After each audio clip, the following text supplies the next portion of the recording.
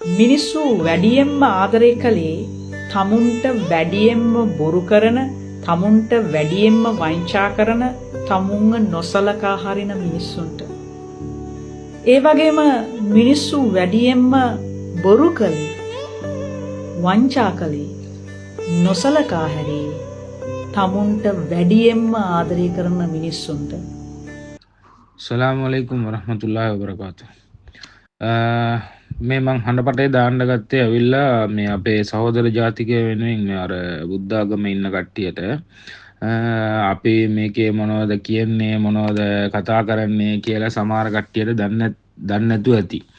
ඒ කියන්නේ මේක ඇවිල්ලා ලංකාවේ කරන ආසිෆ් අස්ලම් කියන එක්කෙනා කරන වැඩවල් එලිදරව් කරලා ඒකෙන් සල්ලි හම්බ කරන එක තමයි මුගේ වැඩ. නමුත් ඉතින් මේක මේ හඬපටේ මන් දාන්න ගත්තේ මට විරුද්ධව මූ ඇවිල්ලා මේ මම මැරිලා කියලා පෝස්ට් එකක් දාලා මගේ ළමයාත් එක්ක ඉන්න ෆොටෝ එකක් අරගෙන මූ පෝස්ට් එකක් දාලා තියෙනවා මම මැරිලා කියලා කාර් ඇක්සිඩන්ට් එකේ කතාරවල. කට්ටිය හිතලා දැන් මට කෝල් කරලා අහනවා මේ ඔයා මැරිලා කියලා පෝස්ට් එකක් දාලා තියෙනවා මොනවද මේක මොනවද ප්‍රශ්නේ කියලා. දැන් මම කියන්නේ මටයි මූටයි කිසිම ප්‍රශ්නයක් නැහැ මේකේ. හරිද? මටත් මූටත් මේ තියෙන ප්‍රශ්නයක් තිබ්බා. ඒක ඉස්සෙල්ලාම තිබ්බේ පොඩි ප්‍රශ්නයක්. ඒක අර ස්කෝල් වීඩියෝ එකක් දාලා මේ ස්කෝලේට ස්පීකර් එකක් අරන් දීලා ඒකේ මොන හරි උටපටයක් ගිහිල්ලා ඒක මං අතහැරලා දැම්මා. අපිට ඉතින් ඕනේ නෑනේ මූත් ඉතින් මෙහෙම කරනවා මේ අපිට කිසිම අදාළයක් නෑ මේකේ කියලා මම මේක අයින් කරා. ඊට පස්සේ මූ මට මෙසෙන්ජර් එකේ මේවා දාගෙන හිටියා. මට සිම්බල් දාගෙන මාව දැන් ඔරොප්පු කරගෙන හිටියා. ඊට පස්සේ මං කිව්වා මේක නෝම්බි කාලේ මේක මෙහෙම දාන්න එපා උඹ.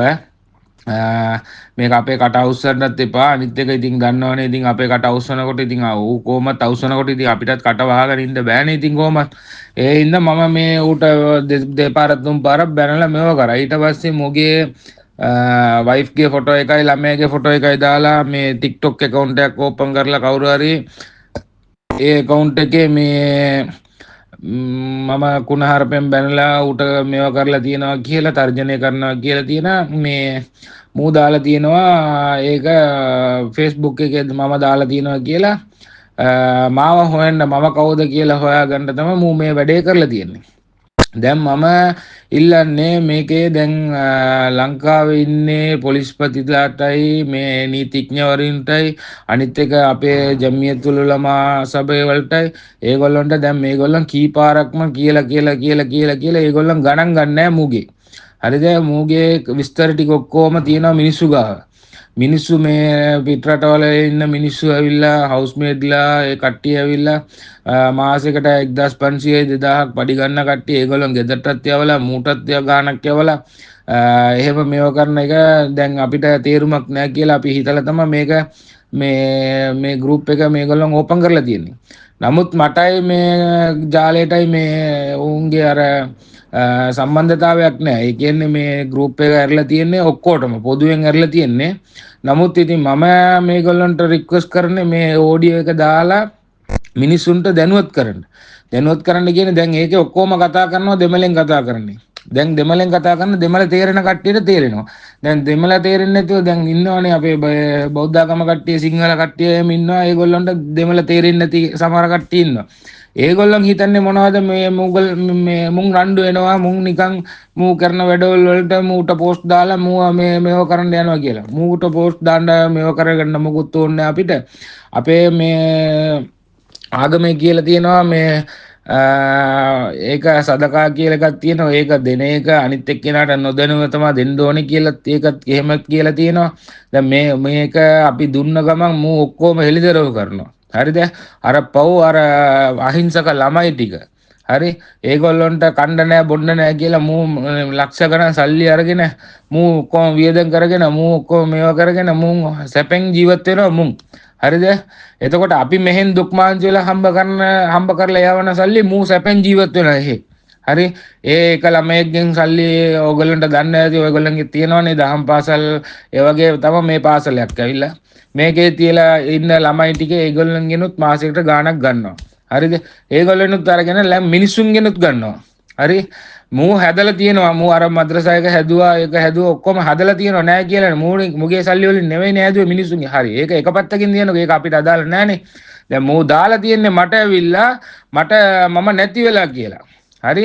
මේකට මම විසඳුමක් ගන්නවමයි. හරිද?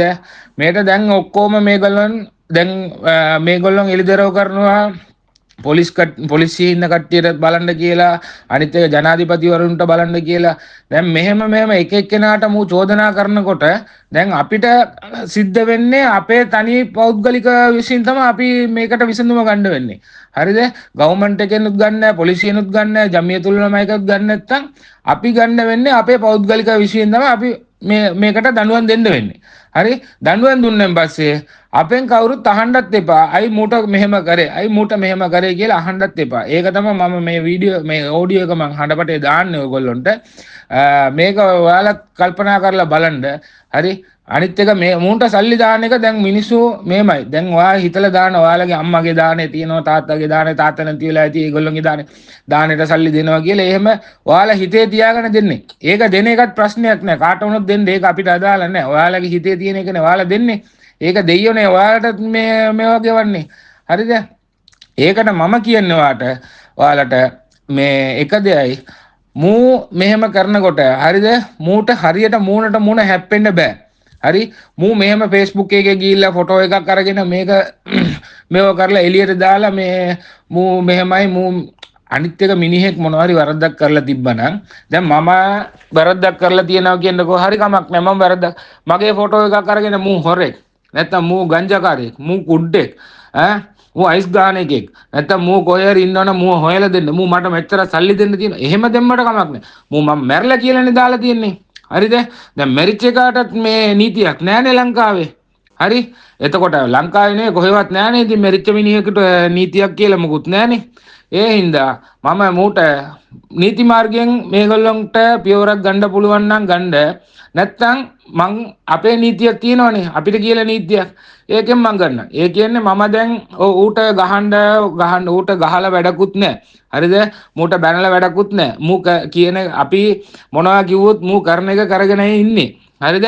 මේකට එකම විසඳුම මේ මිනිස්සු පිටරටවල ඉන්න මිනිස්සු කරුණා කරලා මූට සල්ලි දාන්න එකයි මේවයි ඔක්කොම නවත්තලා දැම්මනම් මූගේ වැඩසටහන එතනින් ඉවරයි. ඔයගොල්ලන් දෙන්න ඕනේ නම් ඔයගොල්ලන් දෙන්න ඕනේ. අපිත් දෙනවා. අපිත් මේ මිනිසුන්ට නොදැනීම තමයි අපි දෙන්නේ. හරිද? ඒක දීපු කට්ටිය ගත්තු කට්ටියට දන්නවා. හරි? ඒගොල්ලන්ට අපි කොහොමද දෙන්නේ? අපි දෙනවා ඒගොල්ලන්ට පෞද්ගලික විශ්ින්. එක්කෝ අපේ ගමේ එක්කෙනෙකුට. හරිද? නැත්තම් පිට ගමේ එක්කෙනෙකුට දෙන්නකෝ කමක් නැහැ. ඔයාලගේ ඥාති ඉන්නවා ලංකාවේ. හරිද? ඔයාලගේ හිතවත් කට්ටිය ඉන්නවා. ඔයාලා විශ්වාස කරන කට්ටිය ඉන්නවා. ඒගොල්ලන්ට දීලා ඒගොල්ලන්ට කියන මෙයා අහවල් එක්කෙනාට ගිහිල්ලා දෙන්න කියලා.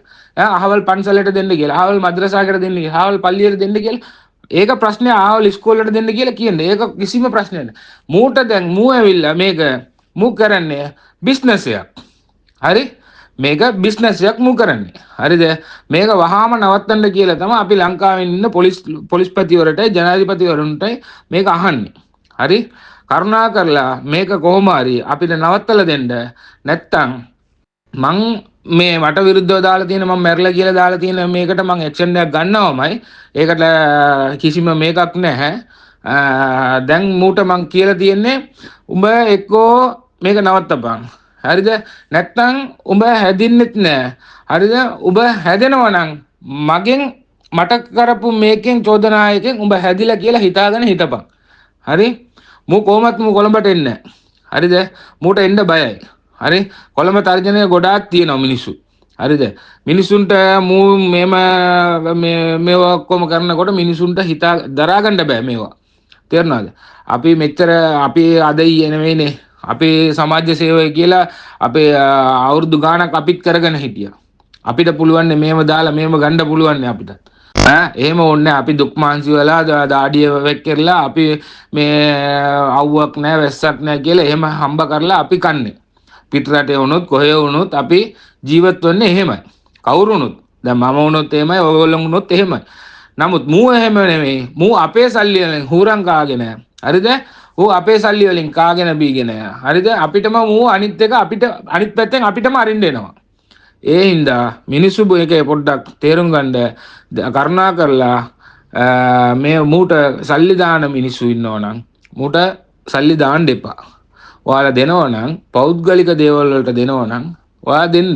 ප්‍රශ්නයක් නැහැ. පොදු දේවල් වලට දෙනවා නම් දෙන්න. ඔයාලා පෞද්ගලික වශයෙන් දෙන්න. ඒකට කිසිම ගැටලුවක් නැහැ.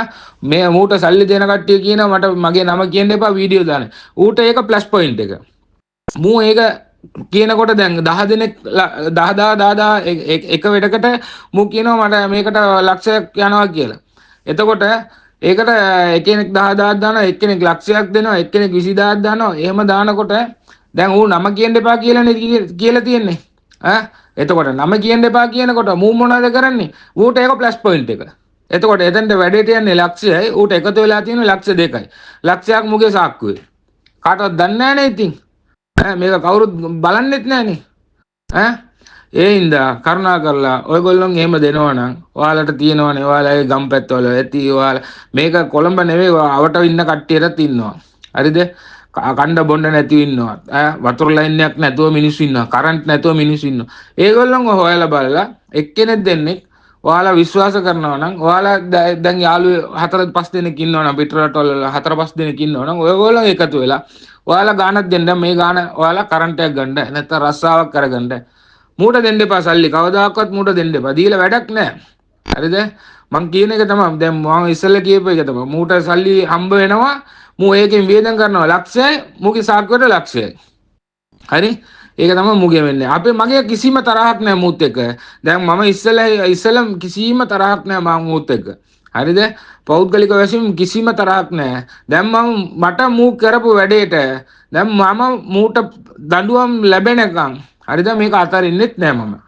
ඕකේ අස්ලාම් අලයිකුම්. நீங்களா யாருடா? How do I tell you?